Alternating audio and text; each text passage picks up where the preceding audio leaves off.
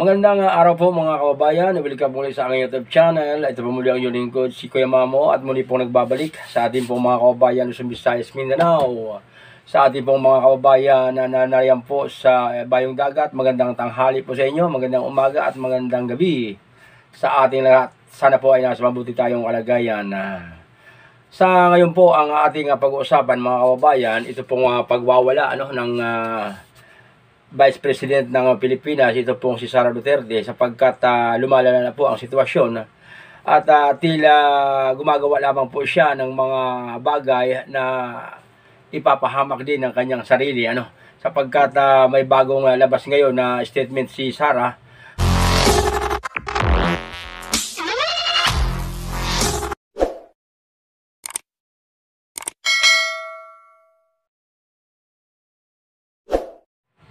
Dito po mga kababayan, sa kanyang live stream, sa kanyang social account, ay kitang-kita natin yung pag-hysterical niya dahil sa tindi siguro ng kanyang galit, yung panibuko ng kanyang damdamin ay sobrang naramdaman niya yung sobrang galit dito sa mga taong sa tingin niya ay talagang pinagkakaisahan siya. At sa kanyang live stream pa rin, mga kababayan, sinabi po ni Sara Duterte na kapag siya ay namatay ay mayroon po siyang taong inutusan na papatay din po dito po sa ating presidente at maging ito pong si First Lady at ito pong si House Speaker ay ipapatay niya rin. At dahil po mga kababayan, dito sa pagbabanta ni Sara Duterte dito po sa ating Pangulo ay naalerto ngayon yung Presidential Security Group upang siguruhin na ligtas ang ating Pangulo anumang sandali, anumang oras at sa mga susunod na mga araw, sapagkat hindi biro po yung kanyang mga statement ngayon na pinalabas at hindi po ito maaaring palabasin ng palasyo dahil ito po ay banta sa seguridad ng leader ng isang bansa. At dito nga mga kababayan, bibigyan po natin ng reaksyon ito pong mga nagiging kaganapan, ito pong mga nangyayari dito po sa Vice Presidente ng Pilipinas, ito pong si Sara Duterte, sapagkat dito po sa kanyang mga ginagawa ngayon ay hindi na po ito pangkaraniwang nangyayari at tila nagwawala na ito at wala na po sa katinuan ang kanyang mga binibitawang salita.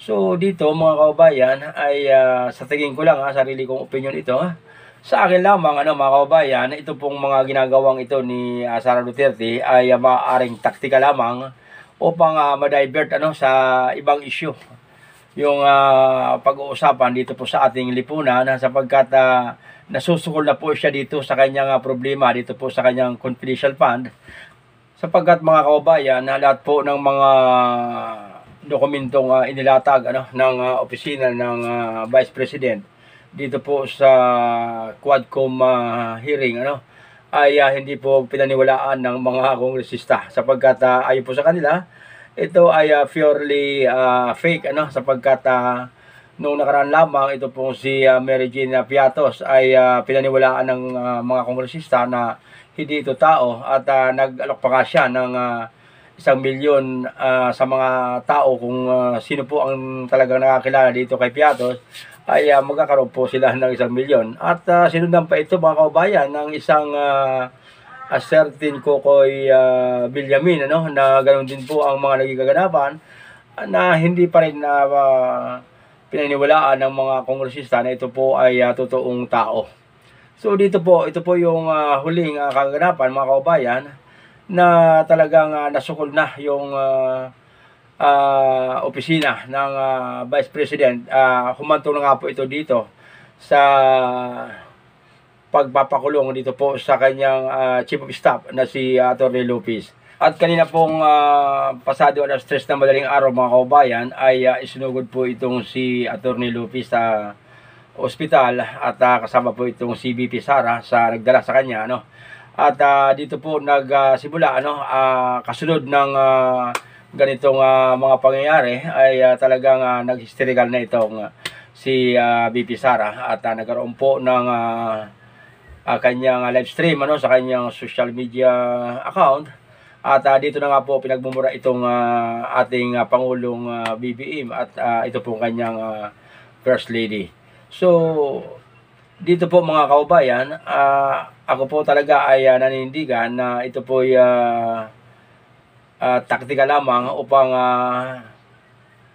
mailihis ang isyu ng problemang kanyang kinakaharap. At naniniwala din ako na talagang totoong galit itong naramdaman niya dahil hindi biro po yung mararamdaman ng isang tao na may ganitong tangang-tangang problema sa kanyang buhay. So, sa inyo pong palagay mga kaubayan, ano po ang inyong mga opinion tungkol po sa mga bagay na ito? Maaari po kayong makisawsaw sa usaping ito.